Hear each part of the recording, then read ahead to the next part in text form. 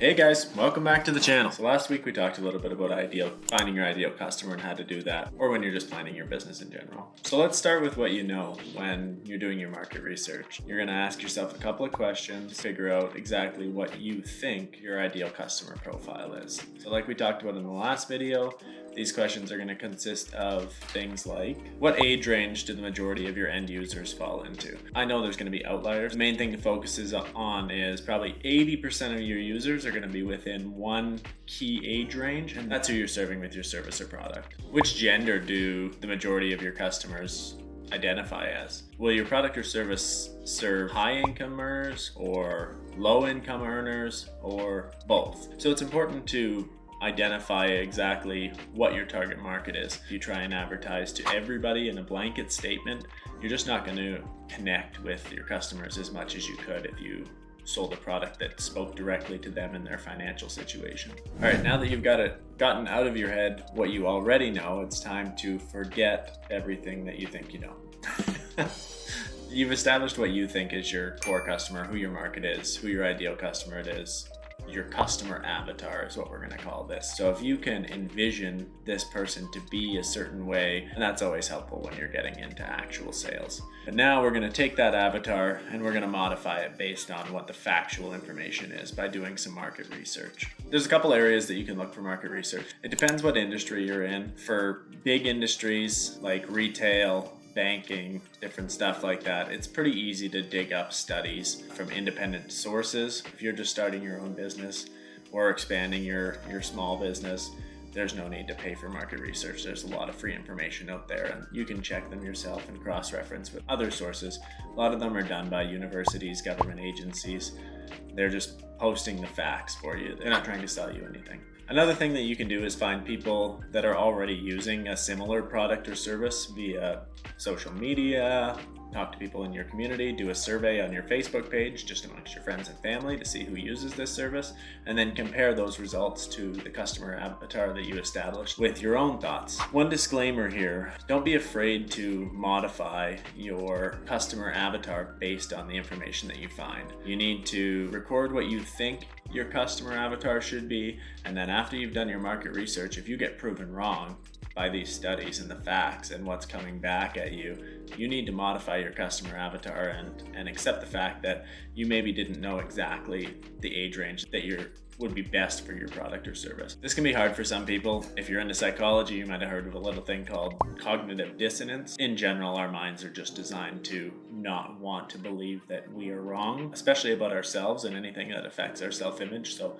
make sure that you go into this with an open mind. You're thinking specifically about what are the facts and data, recording it on your business plan and citing your sources so that it's all just factual. Okay, so now that you've established and refined your customer avatar to figure out exactly who you're selling your product or service to, it's time to do market research on the flip side. Where do people that fit within that customer avatar actually live? What area is the best for you to service that avatar? The first thing you want to do is take those key areas that you're thinking about offering your product or service in and start doing some research, digging in with government agencies. Local government is a great place to start. Statistics Canada, if you're living up in Canada. If you're down in the States, the US offers a similar statistics service. I'll link it in the video description down below. But the main thing you want to do is compare your customer avatar to the people living in those areas and see which of those areas has the most of your customers. So what's the median income of the people living in that area and how does it match up with your avatar? You should be willing to relocate if possible or drive, whatever you have to do to be able to sell your product or service in a market that makes sense. Now the next thing you want to do is think outside the box. Look at some research to see, are there areas that have a far higher concentration of your customer avatar living there, and what are the limitations stopping you from selling your product or service in that area? There are going to be things that you have to think about here. Maybe there's more of your customer avatar there, but it's a 3-hour flight, shipping costs are higher, you have more difficulty with fulfillment in that area. you have friends and family where you live, and if you wanted to offer your product or service there, if it's a brick and mortar product or service, then you would have to relocate your whole family. You'd have to sell your house, move. Not that you should be afraid of things like that, but there's definitely some pros and cons that you need to weigh, and there's some personal decisions that have to be made. The truth is, we're creatures of habit. We get comfortable in our area, and sometimes we're not willing to sacrifice where we live and what we're comfortable with just for the ability to be able to start a business. But if that is you and you are willing to do those things, then think about putting your business where your products and services are most needed, because that's what's going to make your business the most successful, right?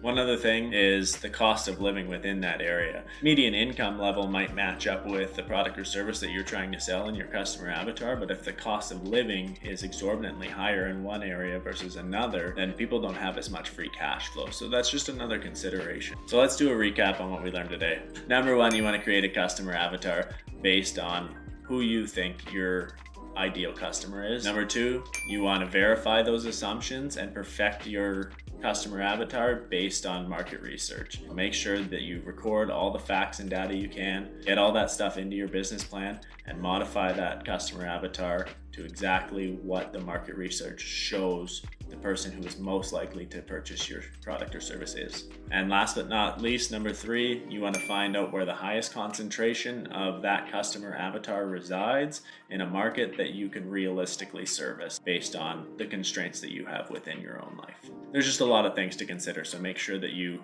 list all this stuff, pros and cons, and you capture all the details before you really make a move to decide where you're going to start your business or where you're going to expand your business to next. Okay, that's all for today, guys. I hope you enjoyed this video. Make sure you check out some of our other videos. This is just the second one, so there's not too many. There's one other one that you can watch, which is kind of an introduction and a little bit into finding your ideal customer, but I wanted to make this to break it down a little bit more for you so you know really where to get that information, how to use the information, and how it's going to help you inside your business. If you like these videos, make sure you like and subscribe. Our mission here is just to try and share as much information with the masses as possible about how to start, grow, automate, and eventually exit your business. I just want to share the information that I've learned over the years when it comes to small business. I love talking about this stuff, and I find that there's a general lack of information on YouTube and on social media sites for how to actually get into building a business and what the steps are that you should follow in a concrete way,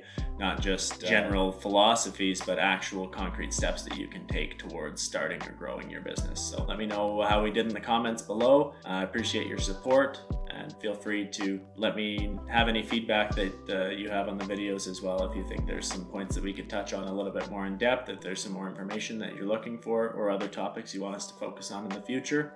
Thank you very much. Like and subscribe.